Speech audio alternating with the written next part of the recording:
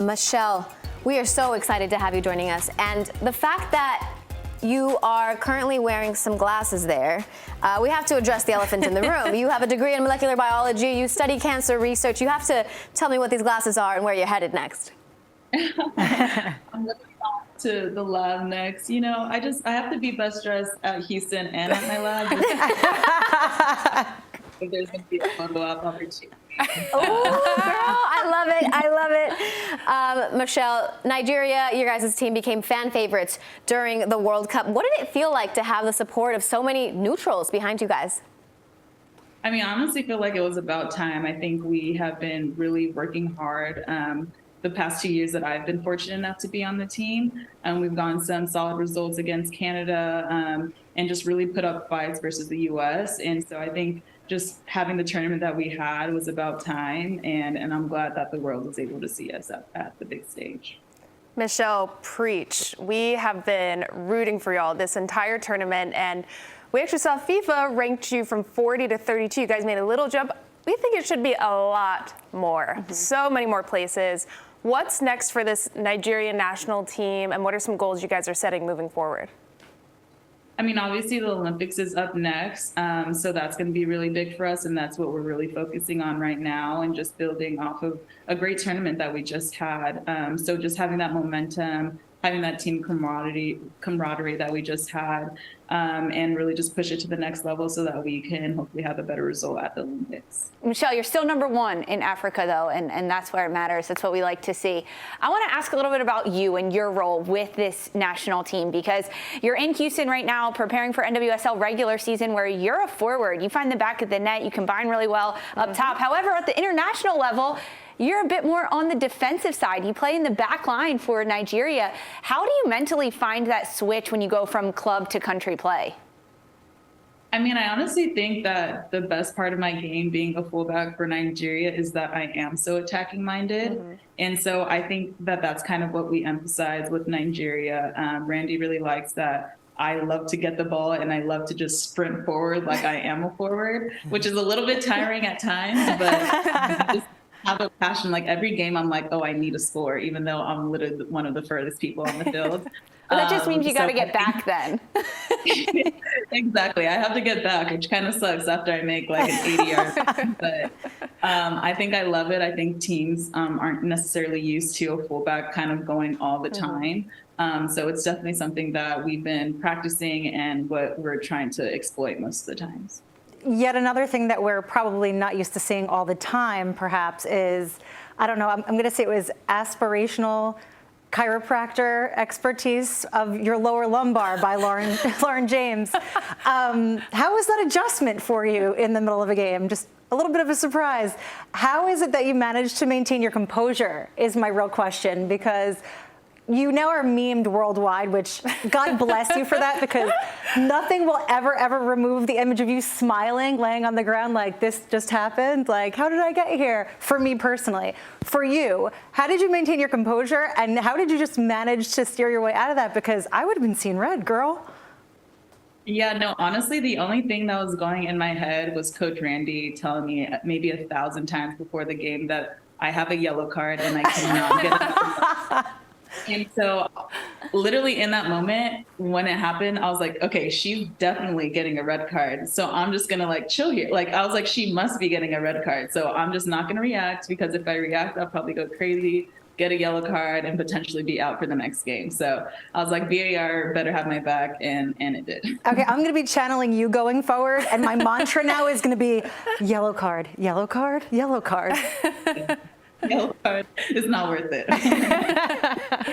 Michelle, it was so fun to see the joy you were all having on the pitch as well as off the pitch. Can you tell us one of your favorite memories, either whether it was playing or an experience you had with your team outside of the games? Because it was so fun to like just check it on social media and see how you guys were really enjoying the moment and so present, and it translated so well to the field. Yeah, honestly, I think one of my top moments was actually going to a koala sanctuary. And I mean, I think me and maybe like Tony Payne and a few others like were so excited to go. And when we went, like Aziza and Chiamaka were kind of just like, these koalas aren't doing anything. Like, why are we here? We're like, oh, they're koalas. And they wanted the koalas to do like jumping jacks or something. And they're like so confused. They're like, we just came here to stare at a koala just like looking at us. That's cute. But that just shows like the different personalities on the team. I love it. And we all just really mesh really well together. Michelle, everyone here knows that I'm not great at managing my time and having a schedule, but you seem to have to be, because you're on the national team. You're playing club with Houston, and you have all this other stuff going on with your cancer research. How are you doing it? How does it happen? Please give me all your advice.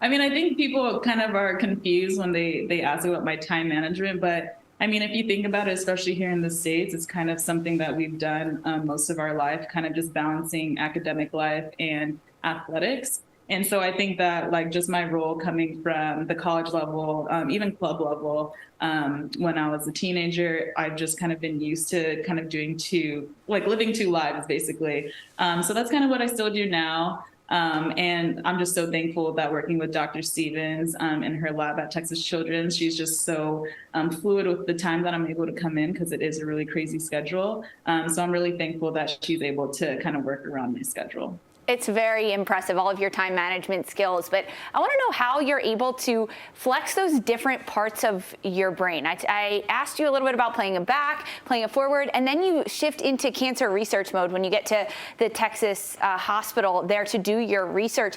Is that like a step away from soccer, or is it a good relief, or kind of what's the difference when you have those two roles you're playing? Yeah, I definitely compartmentalize like my whole entire brain. So it's definitely like soccer when I'm here and I'm not thinking of anything else. And then once I'm at the lab, I do not think about soccer at all. So I think it's actually kind of beautiful in the sense that I'm able to have like this break, it seems, even though people might not think it's a break, but to have this break and kind of just like live my like other life with like my other friends. It's kind of peaceful and I really love and enjoy doing it. Well, we think it's beautiful, all the different sides of Michelle, and we get to see them all here. So thank you for sharing with us. You are back in NWSL regular season action. You've got a match coming up this weekend, Kansas City coming into town. This is a team you are very familiar with Challenge Cup play, regular season play. What's the focus for Houston heading into this weekend's match? Yeah, I mean, I think we just came off of a really good game versus Washington Spirit. And so just kind of building off of that, working on just switching the ball and moving on the transition. We've been really lethal, and that's how we've gotten most of our goals is off of transition. And so just being able to exploit that and being very clinical in the box is what we've been working on. Michelle, I told you before we went live that I was going to keep you on your toes. It's time. Ready? What is the best meme you saw of the picture of you? You know how people put their own captions in? What's the best one? I think one of them was just like God's plans, and then the other one was my plans. And that resonates with me personally too. Yeah, that's a good one. That was awesome. We had so much. Oh my gosh, there's the picture now. The composure is so impressive. I just like Christine said, I don't think I could react that way at all. No, you're now my highest deity. I'm like, the composure, yellow card or not, like. Bless you. Thanks. Michelle, thank you so much for joining us. Have fun at the lab. Can we see the sunglasses one more time? Yeah, of course. I can make there with you. Let's see it. Ooh, What a fire. Fire. okay. What a flex. Thank you so much, Michelle. You were amazing, and we'll be rooting for Nigeria in the Olympics as well.